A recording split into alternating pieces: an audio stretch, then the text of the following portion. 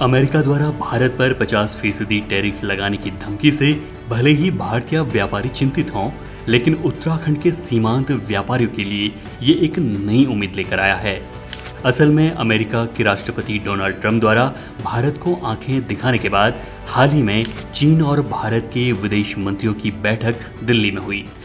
उस बैठक के बाद भारत और नेपाल की अंतर्राष्ट्रीय सीमा पर मौजूद धारचूला कस्बे में पिछले 2 दिनों से व्यापारियों की सुगबुगाहट तब से बढ़ गई है जब ये खबर आई है कि चीन इस साल उत्तराखंड के सीमांत व्यापारियों के लिए अपनी सीमा खोलने जा रहा है। महज उत्तराखंड ही नहीं बल्कि दोनों देश फिर से उत्तराखंड के लिपुलेख दर्रे के अलावा पारंपरिक हिमाचल के सिपकिला और सिक्किम के नाथुला से जमीनी व्यापार करने पर सहमत हो गए हैं। दोनों देशों के पास इन सीमाओं तक 2 लेन हाईवे तैयार है। यदि सब कुछ ठीक रहा तो भारत के व्यापारी अपना सामान ट्रकों में डालकर अब सीधे चीन पहुंच सकेंगे।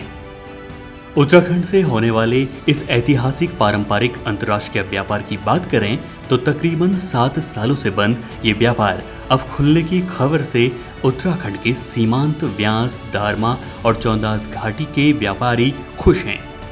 सबसे ज्यादा खुशी की लहर ब्यास घाटी के लोगों के बीच है, क्योंकि एक तरफ आदि कैलाश यात्रा से उनकी आर्थिकी में थोड़ा सुधार हुआ है, वहीं अब पारंपरिक भारत तिब्बत व्यापार भी खुल गया है।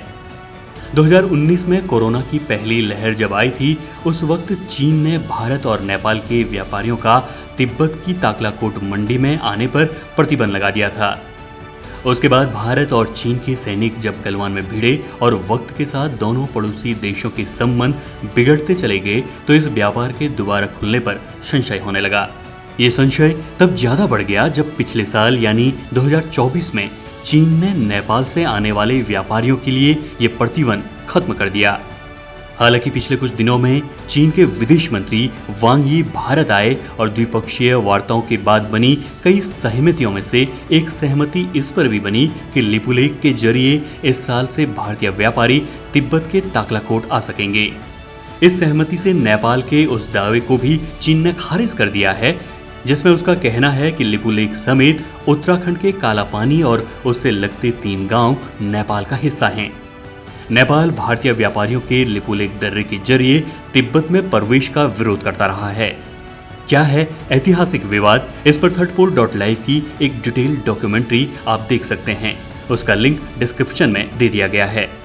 बहरहाल लिपुलेख दर्रे का इतिहास व्यापार की जीवंत कहानियों से भरा है। प्राचीन काल में यहाँ से याक और भेड़ों के काफिले गुजरते थे, जिन पर लदा होता था हिमालयी नमक, बोराक्स, सोना और पशु उत्पाद। तिब्बती व्यापारी इन सामानों को भारत लाते और बदले में भारतीय व्यापारी कपड़ा, अनाज और मसाले तिब्बत ले जाते थे। उत्तराखंड के भोटिया, शौका, जौहार और रंगकू समुदाय जो हिमालय की दुर्गम चोटियों पर बसे हैं, इस व्यापार के असली नायक थे। उनकी हिम्मत और हुनर ने इन रास्तों को जीवंत रखा। ब्रिटिश काल में भी लिपुलेख व्यापार और तीर्थ यात्रा का केंद्र रहा। 1991 में भारत और चीन ने इसे औपचारिक व्यापारिक मार्ग बनाया। 2005 में यहां से 12 करोड़ रुपए का आयात और 39 लाख रुपए का निर्यात हुआ।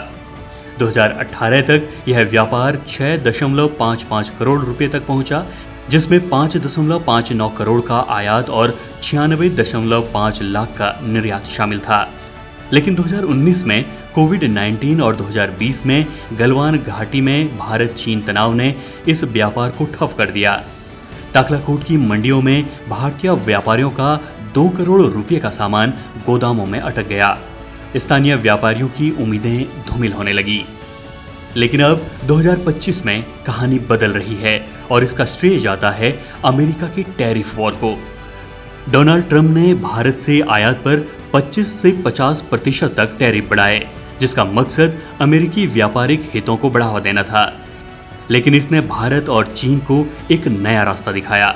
हाल ही में भारत के विदेश मंत्रालय और चीन के विदेश मंत्री वांग यी की मुलाकात में एक ऐतिहासिक सहमति बनी। लिपुलेख, शिपकिला और नाथुला दर्रों से व्यापार फिर से शुरू होगा। शिपकिला हिमाचल प्रदेश के किन्नौर जिले में 4300 मीटर की ऊंचाई पर बसा एक ऐतिहासिक व्यापारिक मार्ग है। सतलुज नदी यहां से भारत में प्रवेश करती है। 5वीं शताब्दी से यह दर्रा तिब्बती और किन्नौर व्यापारियों को जोड़ता रहा है। तिब्बत से ऊन, नमक और पश्मीना भारत आता रहा और भारत से गुड़, गेहूं और तंबाकू तिब्बत जाता था। लेकिन 2019 के बाद यह दर्रा भी व्यापार के लिए बंद हो गया। अब 2025 में इसे फिर से खोलने की तैयारी है। सिक्किम का नाथुला दर्रा भी इस नई व्यापारिक कहानी का हिस्सा है।